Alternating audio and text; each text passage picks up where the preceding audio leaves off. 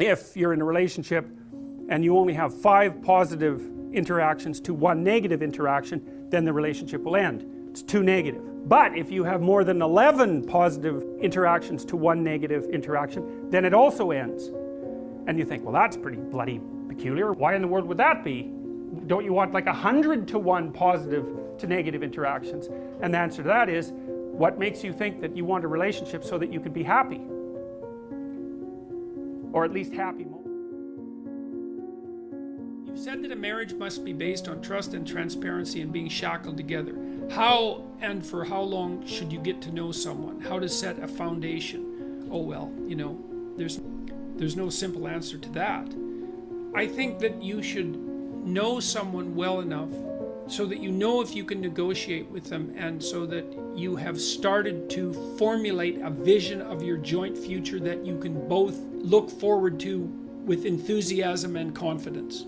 And of course that's going to depend to some degree on your level of maturity, but that means you've considered such things as, do you have a sufficient number of joint interests, and are you oriented in the same direction with regards to how you're going to handle your joint careers and the possibility of children and the manner in which you're going to interact with your in-laws. And you have to start considering your life together from the perspective of practicality and economics, I would say. So it can't just be that massive erotic attraction that's associated with love.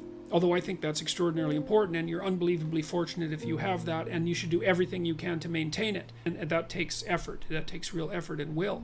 But you need to ally that with maturity and intelligence. And the maturity and intelligence is, okay, we're going to put our lives together. What's that going to look like at the level of detail? How are we going to handle our finances? Where are we going to live? What are our joint plans going to be, etc. If you want to set up a household with someone, then there's a lot of things that you need to get straight, and you either do that by bringing your unconscious assumptions to bear on the situation and perhaps clashing where they don't match, or you sit down like a conscious and aware and articulate couple and start to negotiate what your joint responsibilities are going to be. And so that would be, well, who's responsible for the meals and when, and what are you going to eat, and who's going to get groceries, and who's going to pay the bills, and who's going to do which part of what household chores there are to do, and how is that going to be laid out fair. And so you should get to know the person that you're with well enough so that you can start discussing the real practical issues of life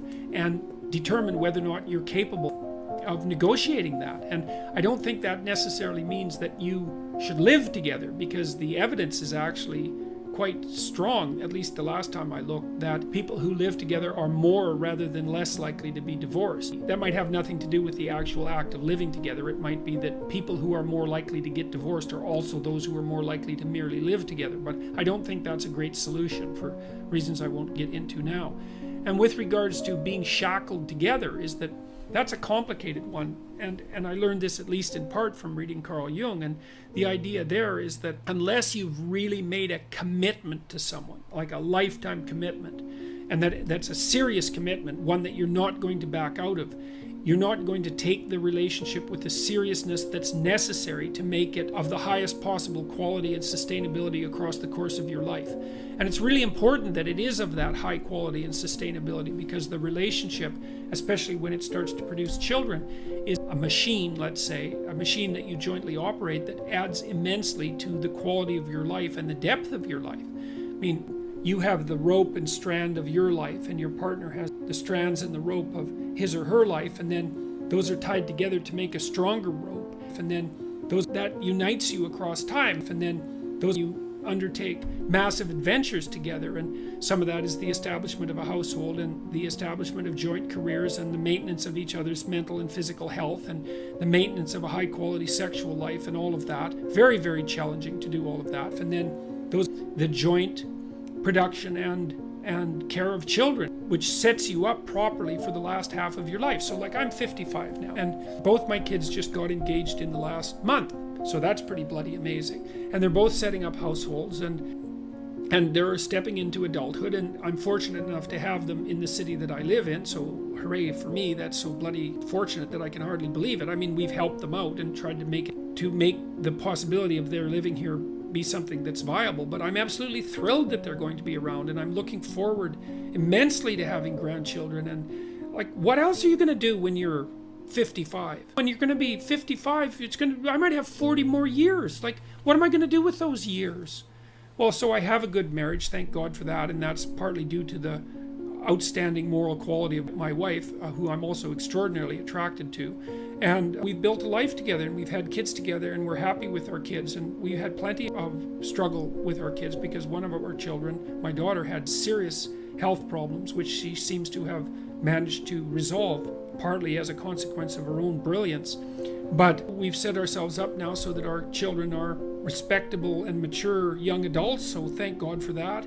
And they've got partners who we both really like, and they're gonna have children, and well, hooray! That means that this next part of my life is going to be something that I can advance into with a fair bit of hope and excitement. And the idea of having little kids around again is thrilling because I really like little kids. They're really fun.